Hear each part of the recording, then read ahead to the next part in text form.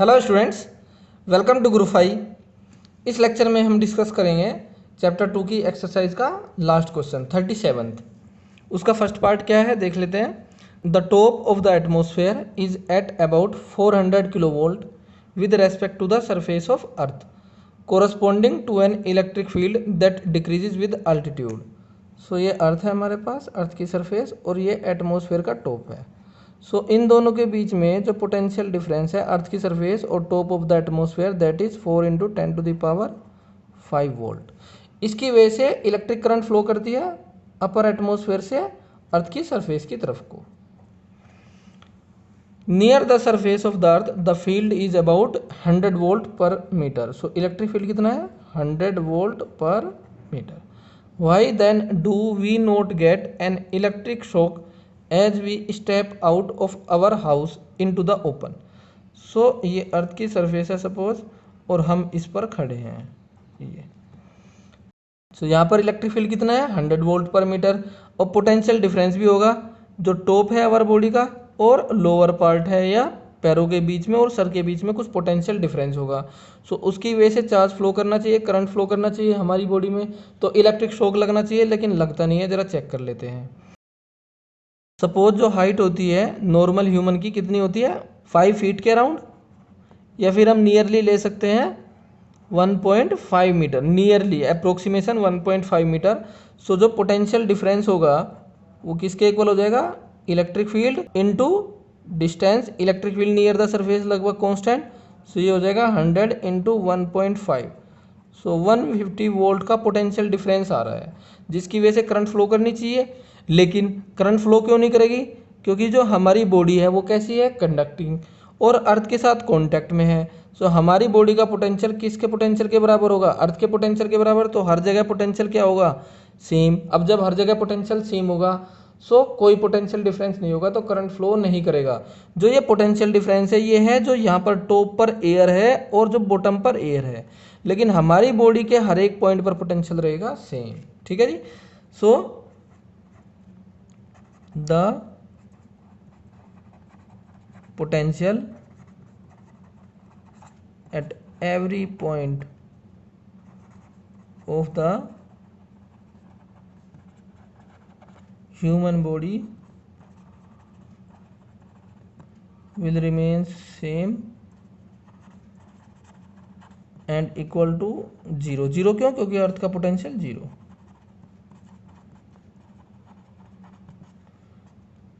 Hence no charge flow through the body, that means no electric shock। Now B part। A man fixes outside his house one evening a 2-meter high insulating slab carrying on its top a large aluminium sheet of area 1 meter square। Will he get an electric shock if he touches the metal sheet next morning? ये suppose earth surface है, क्या करता है? एक 2 metre height की insulating slab introduce कर देता है। ये क्या है? Insulating slab.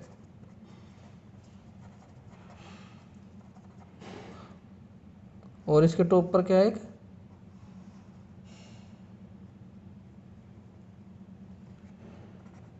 Aluminium sheet. ये अर्थ सरफेस जिसका पोटेंशियल क्या है? जीरो। अब यहाँ पर पोटेंशियल होगा कुछ। अब क्योंकि एटमॉस्फेयर में करंट फ्लो कर रही है continuously from upper atmosphere to lower atmosphere, तो चार्ज फ्लो कर रहा होगा, तो इस एल्यूमिनियम शीट पर चार्ज आएगा, कुछ इकट्ठा होता रहेगा। ओके, तो एल्यूमिनियम शीट कैसी हो जाएगी? चार्ज्ड। अब जैसे ही ह्यूमन आके या जो मैन है वो आके टच करेगा इसको, सो क्लोज्ड सर्किट हो गया। इसका पोटेंशियल कितना? अर्थ के बराबर। और यहाँ पर कुछ पोटेंशियल होगा बिकॉज एल्यूमिनियम की प्लेन शीट है और इस पर है चार्ज, तो इसके और इसके बीच में पोटेंशियल डिफरेंस होगा कुछ। अब पोटेंशियल डिफरेंस की वजह से चार्ज फ्लो करेगा, इस आदमी की बॉडी से पास करता हुआ कहाँ जाएगा? अर्थ की सरफेस तक। सो ऐसे पास करेगा चार्ज, सो इस आदमी को इलेक्ट्रिक शॉक लगेगा। सो हम इसमें लिख सकते हैं due to flow of charge from high atmosphere to lower, the aluminum sheet becomes charged. So when the man touches the sheet in next morning, there will be charge flow through his body due to potential difference between aluminum sheet and his body और अर्थ, और वो कितना, 0. So he will get electric shock. Now C part. A discharging current in the atmosphere due to small conductivity of air is known to be 1800 ampere on an average over the globe. So, ये earth की surface है और current flow कर रही है upper atmosphere से lower atmosphere की तरफ को ऐसे, और करंट कितनी है. बहुत ज़्यादा करंट फ्लो कर रही है जिसकी वजह से एटमॉस्फेयर डिस्चार्ज होना चाहिए, लेकिन जब करंट फ्लो कर रही है तो साथ के साथ एटमॉस्फेयर में कहीं ना कहीं थंडर स्टॉर्म या लाइटनिंग होती रहती है. सपोज यहाँ पर थंडर स्टॉर्म हो रहा है, लाइटनिंग. इसकी वजह से जो निगेटिव चार्ज है वो कंटिन्यूसली अर्थ की सरफेस की तरफ को फ्लो कर रहा है. थंडर स्टॉर्म और लाइटनिंग. निगेटिव चार्ज भी आ रहा है और पॉजिटिव चार्ज भी आ रहा है. Net charge flowing from the upper atmosphere to the lower atmosphere और to the earth surface is 0. जो अपर एटमॉस्फेयर है वो कंटिन्यूसली चार्ज होता रहता है due to thunder storm and lightning, क्योंकि कहीं ना कहीं तो थंडर स्टॉर्म और लाइटनिंग कंटिन्यूसली होती ही रहती है. We can right